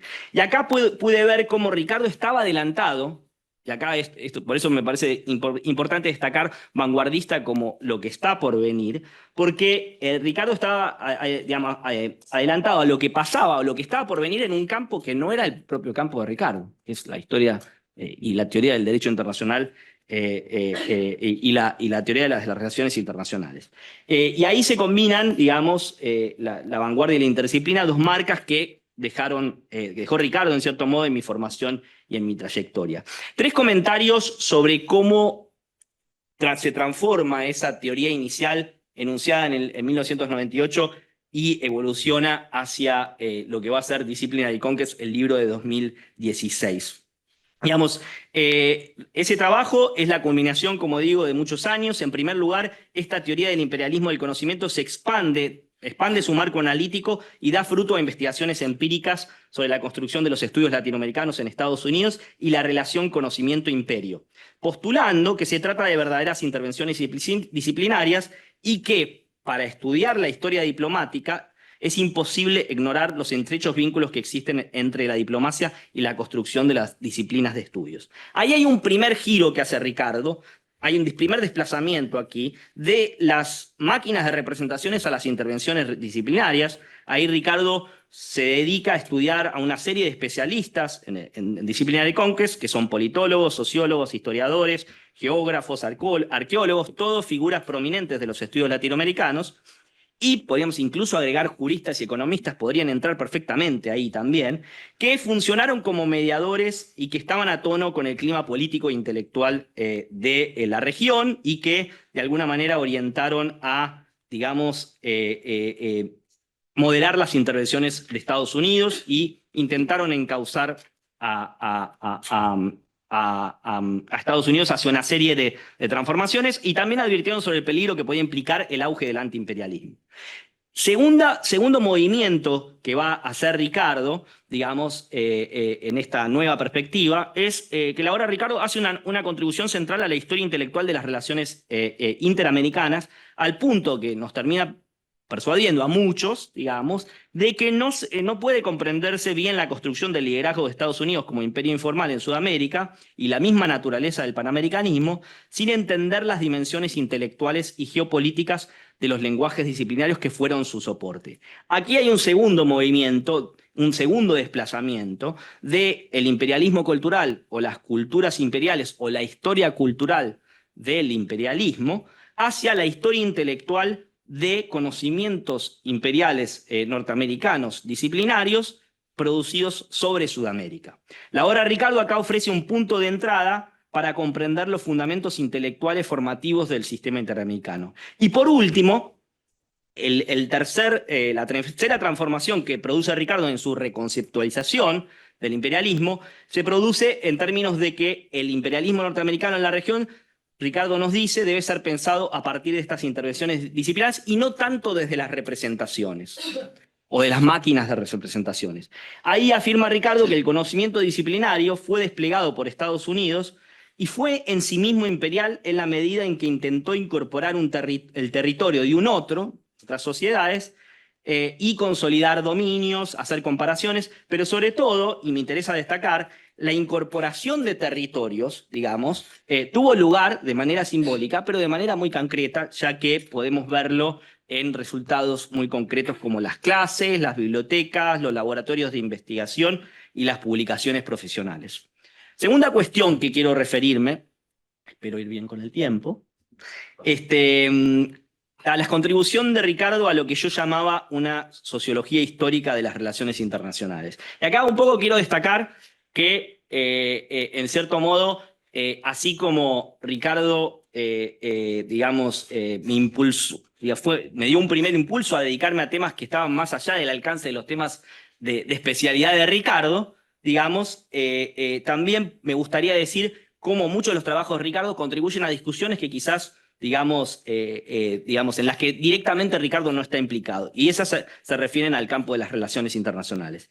En un texto clásico, publicado en 1977, que se enseña mucho en los cursos de relaciones internacionales, de Stanley Hoffman, profesor de Harvard, An American Social Science, International Relations, digamos, profesor, este texto de 1977, digamos, Hoffman plantea que las relaciones internacionales surgen en los Estados Unidos como una disciplina norteamericana muy cerca del fuego, digamos, y que quedan pegados al ejercicio práctico y político de la política exterior de Estados Unidos en la Guerra Fría, y que por lo tanto tiene una perspectiva muy asentada en el presente. Son presentistas y tienen ansiedades para explicar la política exterior de la Guerra Fría. Y en ese sentido tiene una resistencia a la mirada histórica y también una resistencia, nacen con una resistencia a las cuestiones de la teoría política internacional y la teoría social. Digamos, Sin embargo, en los últimos años comenzó a desarrollarse toda una literatura digamos, de la Historical International Relations, que sería la literatura histórica de las relaciones internacionales, digamos, donde empezó a presentarse mucha atención a partir de los años 90, más o menos cuando Ricardo estaba publicando su ensayo en Close Encounters, sobre, digamos, los fundamentos imperiales y coloniales del surgimiento de la disciplina de las relaciones internacionales, especialmente en Gran Bretaña, explorando, digamos, el rol de las fundaciones filantrópicas y los fundamentos disciplinarios. Ahí varios trabajos de varias personas surgieron en ese momento. Hay un libro notable de Brian Schmidt, de Political Discourse of Energy, los trabajos de Patricia Owens, Inderher Pamat y muchos otros. También se produce en ese contexto, pero ya más hacia los años, principios de los años 2000, un giro imperial en la disciplina, digamos, así como lo llama Jennifer Pitts, y comienza a desarrollarse un enfoque histórico, digamos, de la teoría política internacional, atento a la relación entre el liberalismo internacional y el imperialismo. Y acá los trabajos de Pitts, Duncan Bell y Andrew Fitzmaurice fueron muy importantes. Estos giros históricos e imperiales, que me interesa destacar, fueron muy auspiciosos para la disciplina de las relaciones internacionales y están muy entrelazados con el tipo de trabajo que ha desarrollado Ricardo sobre la cuestión del imperialismo del conocimiento. Sin embargo, sigue habiendo mucha resistencia en la disciplina de las relaciones internacionales a estas perspectivas históricas, y hay un apego muy fuerte a este enfoque presentista clásico. La escuela inglesa de las relaciones internacionales también ha tenido una fuerte impronta orientada al estudio de la sociología y la historia como pilares fundamentales de las relaciones internacionales. En ese sentido, cabe destacar que en la escuela inglesa dos figuras fundantes, o por supuesto hay otras figuras que no son historiadores, pero dos figuras fundantes de la disciplina de las relaciones internacionales son historiadores, Martin White y H. Carr, digamos, y en ese sentido esa beta histórica de las relaciones internacionales se ha mantenido muy vital, digamos, y en ese sentido la propuesta de Ricardo, digamos, en cierto modo, se ensambla muy bien con esa propuesta por la que aboga Hoffman de recuperar la dimensión histórica y la dimensión teórica, y a su vez se ensambla muy bien con estos giros históricos imperiales en la disciplina que están hoy en plena ebullición. En este sentido, uno podría decir, los trabajos de Ricardo podrían ser publicados, reseñados perfectamente en revistas de relaciones internacionales como Global Studies Quarterly, International Affairs, Cambridge Review of International Affairs, muchas revistas que han tenido una atención importante en lo que son los estudios históricos de relaciones internacionales. Dos conclusiones que retoma, una de las primeras conclusiones retoma lo que vengo diciendo, y la primera es que la obra de Ricardo, y acá vuelvo a algo que decía al principio, constituye digamos, un modelo de formulación teórica y empírica de un proyecto de investigación en ciencias sociales. Su último libro, Disciplinary Conquest, es una versión definitiva de una teoría del imperialismo, digamos, elaborada a la luz de un trabajo empírico de 20 años. Como he mostrado, Ricardo, digamos, mantiene la tesis central del último libro, digamos, amplía y enriquece esa formulación inicial de 1998, dando dos desplazamientos que ya destaqué: de las máquinas de representaciones a las intervenciones disciplinarias, del imperialismo cultural a la historia intelectual del conocimiento imperial de Estados Unidos en Sudamérica. Se mantiene porque se desarrolla en esa última versión acabada, que es el libro Disciplinary Conquest, un enfoque dinámico a la luz de investigaciones empíricas y estudios de caso consagrados a examinar esas intervenciones disciplinarias de varios investigadores en varias disciplinas y, digamos, ensamblarlas en un marco teórico común. Sin embargo, cabe decir, Ricardo no perdió nunca el eje inicial de 1998, que puso siempre el énfasis en el conocimiento y el rol de las intervenciones simbólicas para comprender el modus operandi del imperialismo informal de Estados Unidos en Sudamérica. Y tampoco perdió, cabe decir, el espíritu vanguardista, interdisciplinario y holístico que estaba presente en esa propuesta inicial. Y segunda conclusión, la contribución teórica, vanguardista, interdisciplinaria, holística de Ricardo, que también, como decía, cabe pensarla como un modelo, digamos, de investigación en ciencias sociales, es una empresa de conocimiento que instituciones de prestigio como la Universidad de Itela han cultivado, y creo personalmente que no deben dejar de seguir cultivando y estimulando nunca. La obra de Ricardo y sus propias empresas de conocimiento en estos temas han sido un exponente paradigmático y a la vez un nuevo legado de esta tradición vanguardista italiana. Por eso le hacen plena justicia al pasado del Instituto de Itela, de la Universidad de Itela, tan marcados por las vanguardias artísticas como por las vanguardias en la investigación científica y también por las investigaciones interdisciplinarias y holísticas en ciencias sociales. Muchas gracias.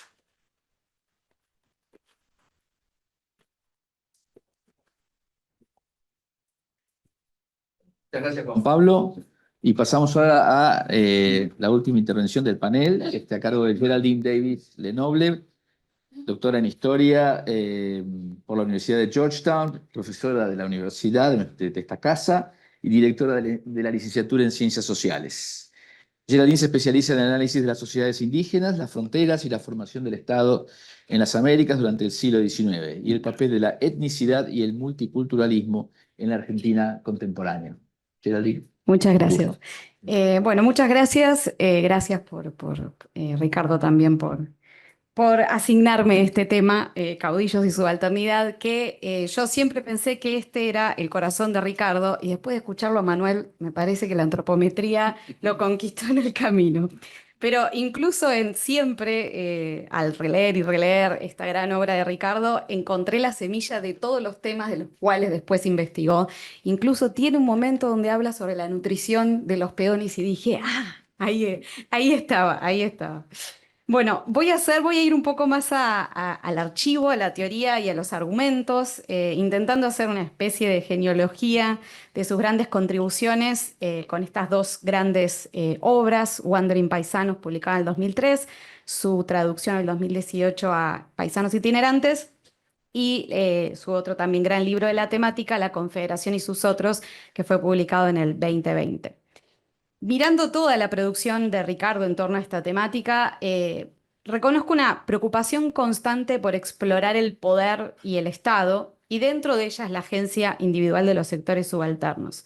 Hay como una especie de movimiento marcado siempre por una indagación muy marcada en la teoría y la metodología, más que en los procesos cronológicos. Un recorrido desde el foco, podemos ver desde el inicio hasta el final, de una preocupación por las relaciones laborales y la influencia del marxismo inglés en su obra, hacia, en las últimas obras, o hacia mitad de camino, a una apuesta muy definitiva por las teorías y los métodos de los sectores de los estudios subalternos, y un interés cada vez mayor para explorar expresiones políticas y culturales de los sectores populares. Es posiblemente este foco en lo teórico y metodológico que creo que le permitió a Ricardo una amplitud temática fenomenal, como pudimos ver en estos paneles, pero también en la propia historia llamado el caudillismo y subalternidad. Yo quizá le hubiera puesto el Estado, la subalternidad, pero ahora vamos a eso. Voy a hablar de un pequeño prefacio de sus primeros trabajos y después me voy a centrar más en estos dos actos marcados por estas dos grandes obras. El prefacio es este origen de Ricardo economista, en donde en su tesis doctoral, que nos dice en un artículo publicado hace poco, aún inédita, me pregunto si está pensando en publicarla, se llamó Class Struggle and International Trade, Río de la Plata's Commerce and Atlantic Proletariat, 1790-1850, la tesis la realizó en 1987. Entonces, en este trabajo se ve muy claramente en los términos que utiliza, se focalizó en explorar las formas de trabajo y las relaciones sociales de producción en un circuito económico atlántico que abarcaba el Río de la Plata, pero también Nueva Inglaterra en Estados Unidos y Lancashire en Inglaterra, muy siempre nada ambicioso. Y en uno de sus recientes artículos nos cuenta que fue allí en esa tesis, en la producción de esa tesis, donde entra en contacto con el trabajo de E.P. Thompson, especialmente con The Making of the English Working Class y Whigs and Hunters. Y en esa comparación atlántica entre la clase obrera inglesa y lo que encontraba en el Río de la Plata es cuando apareció ese concepto de una clase trabajadora itinerante. ¿Por qué? Porque ponía el énfasis en que estos trabajadores eran altamente móviles y tenían una relativa autonomía, a diferencia de quizás estos otros contextos. Pero también nos cuenta que su punto de inflexión fue realmente su contacto con los estudios subalternos. Estos estudios surgidos en el sur de Asia, en la década de los 80 y en contextos postcoloniales, liderados por Ranajit Guha, a quien Ricardo siempre le ha prestado mucha atención en su producción, renovó la historia cultural y social a incorporar los sectores subalternos, pero también y especialmente al problematizar el uso de los archivos en cualquier investigación y cuestionar las narrativas históricas denominadas como eurocentristas o escritas desde arriba. ¿Y quiénes son estos subalternos? ¿Cómo se definen? Que esto va a ser clave para toda la obra de Ricardo. Los subalternos serían aquellos diferenciados por relaciones diádicas de poder. Esto puede ser clase, casta, edad, raza, género, pero además sectores que han sido despojados de autonomía en la representación histórica. Y esto es importante por el énfasis en el archivo. Sectores que no están fácilmente reconocidos en el archivo. Este enfoque, sumado a sus acercamientos a la crítica literaria, liderada entre otros por Walter Mignolo, sus viajes a Princeton, a Yale y todo este rico contacto intelectual, fueron claves en reorientar su foco desde las relaciones laborales, aunque nunca las abandona, hacia explorar más las expresiones políticas de estos sectores e integrando de lleno la cuestión del archivo, de las fuentes. Y ahí es cuando apareció, creo, o sea, ya estaba en su tesis doctoral, pero apareció el rosismo como un espacio privilegiado para explorar la dominación, porque también ofrecía un fondo documental muy importante, que es el fondo de Juan Manuel de Rosas, que está en el Archivo General de la Nación. Y Ricardo, digamos, es un fondo que se conocía, pero Ricardo también le dio muchísima presencia a esas fuentes, y es ahí donde encontró las famosas filiaciones. Estas filiaciones, que serán, quien no leyó el libro, son fichas de identificación que las autoridades durante el rosismo levantaban sobre estos peones itinerantes. Y entonces en estas fichas, por un lado, se permitía observar este Estado que los trataba de controlar, pero por otro lado, también lo que encontraba Ricardo era lugares en donde estos peones expresaban, a partir de su voz siempre mediada, rebelión o quizás no una adhesión así tan obvia al régimen. Ricardo fue publicando en este giro artículos en los 80s y los 90, pero creo que esta gran obra publicada en el 2003 es donde condensa gran parte de la investigación que venía haciendo y que se llamó, si ustedes observan el título, Wandering Paisanos, State Order and Subaltern Experience in Buenos Aires During the Rosas Era. Por eso voy a insistir en esta importancia del Estado y de los subalternos. Y ahí se enfocó en dos cuestiones principales y no menores. Por un lado, cómo las estrategias de control desarrolladas por el Estado durante el rosismo en Buenos Aires, y por el otro lado, la resistencia, las voces y la experiencia de los campesinos y peones rurales que buscaban mantener una relativa autonomía y movilidad a pesar de estos esfuerzos para controlarlos. Y lo hace a partir de explorar diversas esferas que, como ya escuchamos, se convirtieron en campos prolíferos de investigación. Apenas sale el libro, una de las reseñas, Jorge Myers en 2004 lo caracteriza a Ricardo a esta obra, como una suerte de versión argentina de la formación de la clase trabajadora de E.P. Thompson. Hace no mucho, Roy Ora retomó esa comparación, pero quiero indicar que Ricardo no está muy de acuerdo con que con que él sigue literalmente la obra de E.P. Thompson. Incluso lo expresó en respuestas a estas reseñas. Sí, por supuesto, hay paralelos, el escepticismo en las estadísticas, el interés por entender la experiencia de los trabajadores, entre varias otras cosas, pero el trabajo de Ricardo no comparte al menos dos cuestiones claves. La primera es el foco en la subalternidad y no como una clase trabajadora. Para Ricardo, la subalternidad es un concepto mucho más amplio y que incluye múltiples relaciones de dominación y resistencia. Y en segundo lugar, el tratamiento del archivo. Ricardo indica incluso en su trabajo donde compara a E.P. Thompson y a Ranajit Guha, que Thompson no está tan preocupado en estos fragmentos que encuentra en el archivo, sino que los usa como su base interpretativa, y Ricardo sí tiene un foco fuerte en problematizar esos archivos y no forzar tanto quizás unas voces que uno encuentra como fragmentos en una teoría de la cultura, ¿sí? Popular de los peones rurales. Y ahí es donde lo que lo distingue y en la obra de Ricardo y que toma de los estudios subalternos es esta técnica de la lectura en reverso. ¿Qué es esto? Y le digo esto porque ha sido fundamental para cualquiera que hace historia social. Es identificar en una fuente, por un lado, el lenguaje de poder con el cual son representados estos subalternos, y por el otro lado, para tratar de rastrear esas voces que siempre son mediadas, intentar leer en reverso. Entonces, dar vuelta lo que la autoridad dice, prestar atención a los silencios y prestar atención a esas tensiones. Y el título de la obra es realmente uno de los grandes ejemplos de esta lectura en reverso de Ricardo. ¿Por qué? Porque Ricardo nos cuenta que durante el régimen rosista, en los archivos estatales se había creado esta categoría de clase de peón de campo para agruparlos, para registrarlos y controlarlos, y aparece frecuentemente en los archivos. Pero Ricardo se observa que en las fuentes, cuando se tenían que autoidentificar, a veces cuando les preguntan nombre, edad y estas cuestiones que le preguntan, primariamente se identificaban como paisanos. Y paisanos hace referencia a una pertenencia a la comunidad rural y no tiene necesariamente una condición de inferioridad social ni laboral. Entonces, ahí es cuando Ricardo une esta particularidad identificada de la itinerancia con la propia identificación de los paisanos para revertir el orden estatal de Rosas, de peones de campo, a paisanos itinerantes. Creo que es uno de los ejemplos de esta lectura en reverso que le lega a muchos historiadores que trabajan estos temas.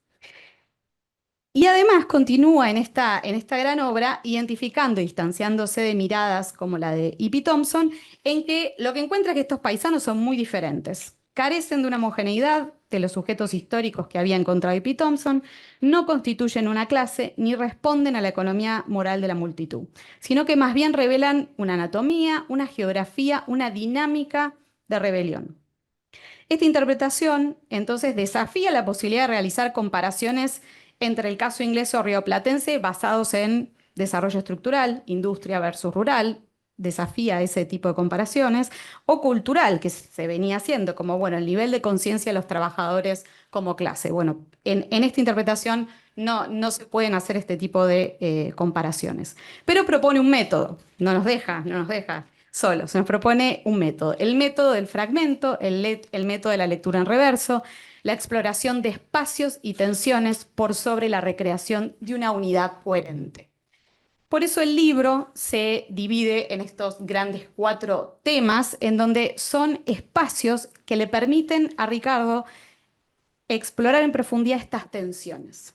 Una es el mercado, otra es la política, otra es el ámbito militar y otra es la justicia. Aquí ve cómo las categorías y aparatos del Estado, ¿sí?, y los archivos funcionaban como tecnologías de control, pero al mismo tiempo como en esos mismos espacios se revelan las estrategias de resistencia, de autoidentificación de estos paisanos itinerantes. Y voy a mencionar algunas contribuciones en estos 4 espacios porque justamente se han vuelto campo de estudio en sí, así que me parece muy relevantes para el momento de la publicación del libro también. Sobre el mercado, Ricardo ya venía publicando, también con colegas latinoamericanos como Jonathan Brown, bueno, norteamericano, pero que publican sobre América Latina. Y ahí es donde se mete de lleno en los temas también muy desarrollados por la historia económica y rural, agraria, pampeana en Argentina, que es muy prolífera y es muy importante. Y ahí Ricardo tiene su contribución importante, en donde muestra que la escasez de mano de obra y la expansión del mercado, que era la característica principal del Río de la Plata, permitieron a los pobres rurales negociar, ¿no? Entonces le dieron como mayor libertad que quizás otros contextos. Y en lugar de un típico paternalismo asociado a los caudillos, como era denominado Rosas, encuentra actores subalternos que ejercían una especie de liberalismo popular, un concepto muy interesante, donde buscaban contratos temporales, resistían la regulación para mantener su movilidad y tenían como mayor libertad en su elección. Este trabajo ayudó mucho a desplazar el estudio del rosismo del foco exclusivo en la estancia. Ya se venía haciendo, pero fue una contribución muy importante en esa línea, y también desplazar el rosismo del foco en los sistemas productivos de las grandes empresas. Esto también lo ha señalado Royora, y ahí es cuando va a empezar a entrar más en diálogo con la rica producción de la historia agraria y rural de de la región pampeana en Argentina. Ahora, moviéndonos a la esfera política, que es a donde él se va a ir moviendo en su trabajo también, ahí su análisis se inscribe en este giro historiográfico de los 80, que va saliendo un poco más de la historia social a la política, y contribuye a quienes estaban observando en el rosismo y estaban prestando atención a la retórica y el aspecto performativo de la retórica del régimen rosista.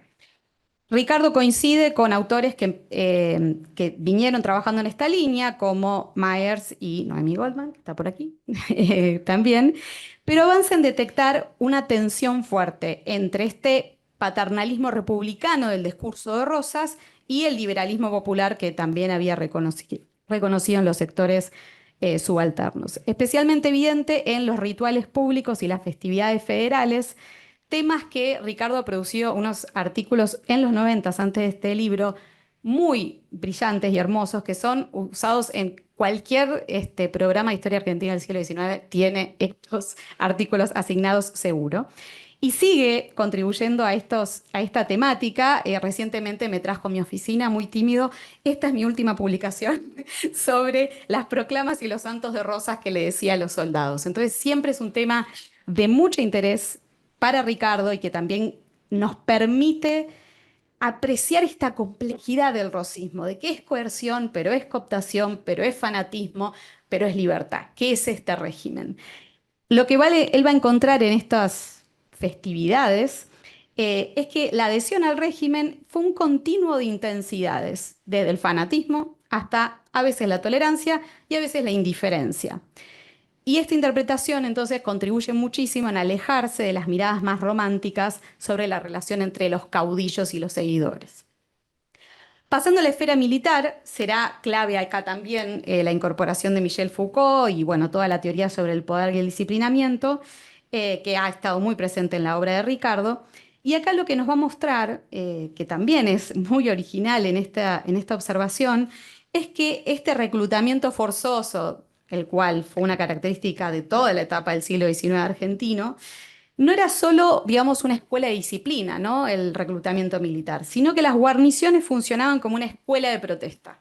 Nuevamente encuentra a los subalternos. Allí se negociaban los términos y los beneficios y la deserción de los soldados se convirtió en un arma eficaz contra el Estado. Incluso indica que en estos espacios se gestaba una especie de opinión pública popular contra el Estado para cambiar el Estado, que desafiaban al régimen.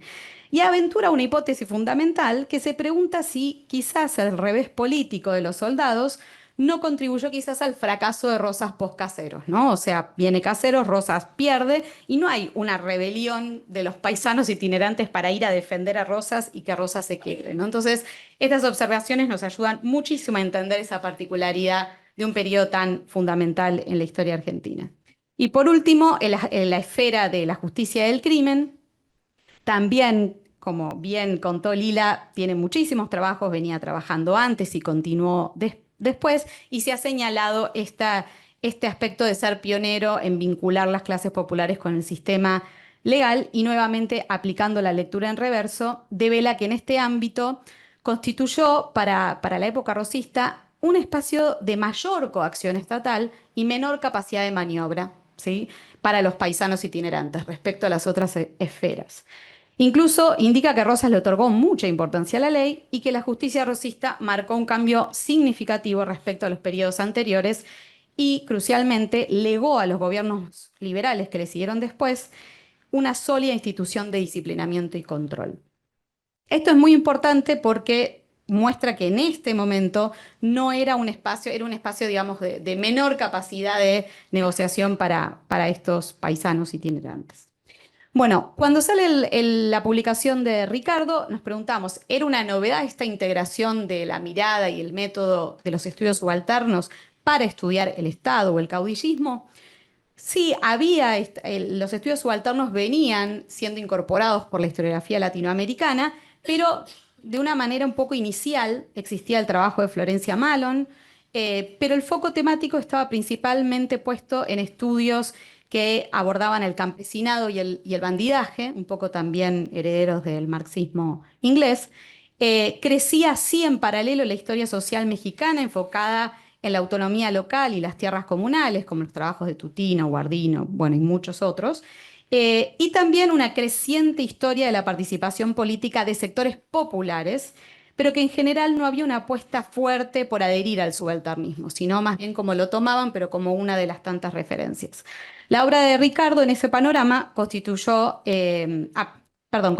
a prestar mayor atención a estos aportes teóricos en Argentina y en América Latina y prestar especial atención al trabajo con los archivos. Por otro lado, esta obra fue fundamental en el trabajo que ya venían haciendo muchos en América Latina y en Argentina, en desplazar el estudio del caudillismo de las miradas más clásicas. Que todavía hoy uno cuando da estos temas y le pregunta a los alumnos qué es un caudillo, siempre lo primero que aparece son las miradas clásicas.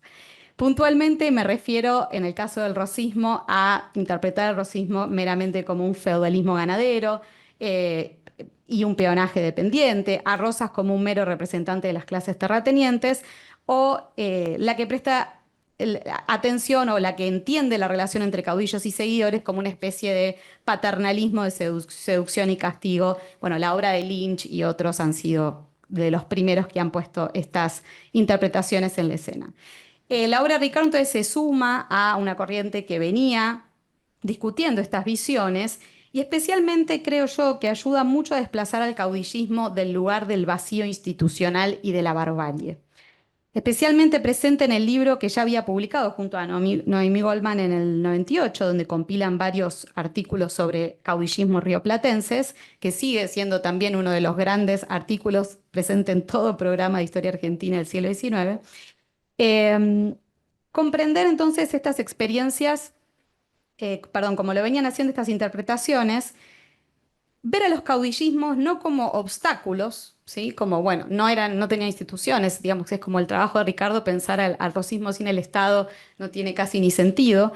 Entonces, entender a los caudillismos no como obstáculos, sino como fenómenos, ensayos, innovaciones y experimentos republicanos en la era post de las revoluciones atlánticas, ¿no? Y como los trabajos de la historia política más importantes de todos los últimos años, de Lila Sábato y muchos otros, señalan, de manera muy importante, que América Latina pasa a ser de los lugares donde hay más cantidad de repúblicas como sistemas políticos. Entonces, dentro de este cambio, el trabajo de Ricardo es una gran contribución para seguir en ese camino interpretativo. Y en el 2003 uno se preguntaba dónde iba a seguir la obra de Ricardo. Muchos pedían que avance al periodo liberal, otros que se ponga a comparar con otros caudillos en otros lugares, y Ricardo eligió profundizar en la teoría y en el archivo, y ampliar la exploración en las esferas de poder y en los actores subalternos. Ahí me muevo entonces al segundo acto, que es, así tengo ahí las obras, que creo que está marcado por la publicación, por la traducción de Wander y Paisanos, que se llamó Paisanos Itinerantes en el 2018, por una abundante producción de artículos que fue realizando en paralelo y por la publicación de la Confederación Argentina y sus subalternos, Integración Estatal, Política y Derechos en el Buenos Aires postindependiente, 1820-1860. Lo publicó en el 2020 en Chile y Manuel le trajo 5 minutos, ahí voy, muchos libros que quedaron allá. Bueno, en este segundo acto la apuesta teórica y metodológica de Ricardo se hace aún más explícita y ambiciosa, y ya en Paisanos Itinerantes le agrega un epílogo, le responde a 12 reseñas que habían salido de su libro, tiene artículos teóricos sobre Miñolo, sobre Thompson, sobre Guja, entonces es mucho más explícito en decir qué sí sigo y qué no sigo, ¿sí? En esta producción reconoce que en América Latina pocos estudios continuaron refiriendo a los estudios subalternos de la manera que Ricardo lo venía haciendo, y que lo que había observado Florencia Malón en los 90 seguía un poco vigente, que es que había, digamos, pegado más en América Latina los estudios de la crítica postcolonial de Walter Miñolo, que giraron hacia la descolonización del conocimiento. Los historiadores interesados en los sectores populares se habían inspirado más en la escuela inglesa, marxista inglesa, o mezclaban influencias, tomando el trabajo de Ricardo, pero no metiéndose de lleno en la metodología. Y aquí Ricardo redobló su apuesta en la Confederación Argentina. Su objetivo central fue preguntarse en qué medida las experiencias y las sensibilidades de múltiples actores, y acá agrega, africanos, mujeres, pobres, peones criollos, indios amigos, unitarios comunes y rebeldes campesinos. Todos grupos que tienen historiografías enormes detrás de ellos. Cómo entonces esas experiencias se trasladaron al terreno de la política. Su interés primordial radica en caracterizar la naturaleza de la subalternidad, sus tácticas y maniobras, más que, como indica, seguir el derrotero de los procesos hegemónicos. Aquí dedico un espacio muy considerable a desgranar las herramientas metodológicas, incluso más que antes, que vienen del subalternismo y ya creo que de su propia práctica historiográfica. La centralidad del fragmento, la lectura en reverso, y agrega algo interesante que es la corta y baja perspectiva de los débiles. Esto lo toma de Michel Dessertaux, nos cuenta en su introducción, en donde Dessertaux habla de que hace una diferencia entre la táctica y la estrategia, y dice que los sectores débiles, por estar, como dice, a ras del suelo, pueden tener tácticas pero no estrategias, porque las estrategias las tienen quienes acceden a la mirada desde arriba, a las fuentes de poder y pueden planificar estrategias. Y Ricardo, esto es importante porque va a poner un foco muy importante en que estos subalternos en general no tienen lectoescritura, entonces siempre va a estar muy ligado también a sus investigaciones sobre el conocimiento. También complica este aspecto que él trae, la reconstrucción histórica de estos sectores y también pensar si hubo alguna cultura popular unificada. Lo va como moviendo de visiones quizás más romantizadas respecto a las acciones de los subalternos en formar una comunidad y lograr un objetivo como una revolución. Y siempre Ricardo va a estar, ojo, son fragmentos, ¿no? Siempre está, nunca va a apostar por esas miradas un poco más que a veces deifican a estos sectores o estos saberes locales. Ahí va a encontrar, por supuesto, debates con otras personas, pero esa es la mirada que nos deja Ricardo en este segundo libro.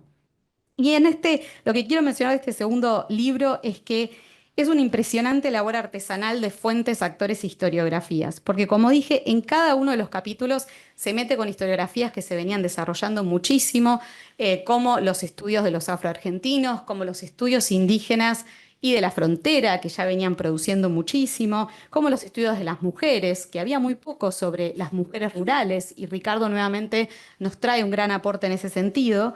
Y en cada uno de esos capítulos hay una fuerte impronta de las fuentes. Nos trae fuentes que muchos no conocíamos, incluso los que trabajábamos esos temas, ¿no? La poesía negra, actas de comandantes que no se conocían, literatura gauchesca que quizás no era tan utilizada, siempre el énfasis en las fuentes.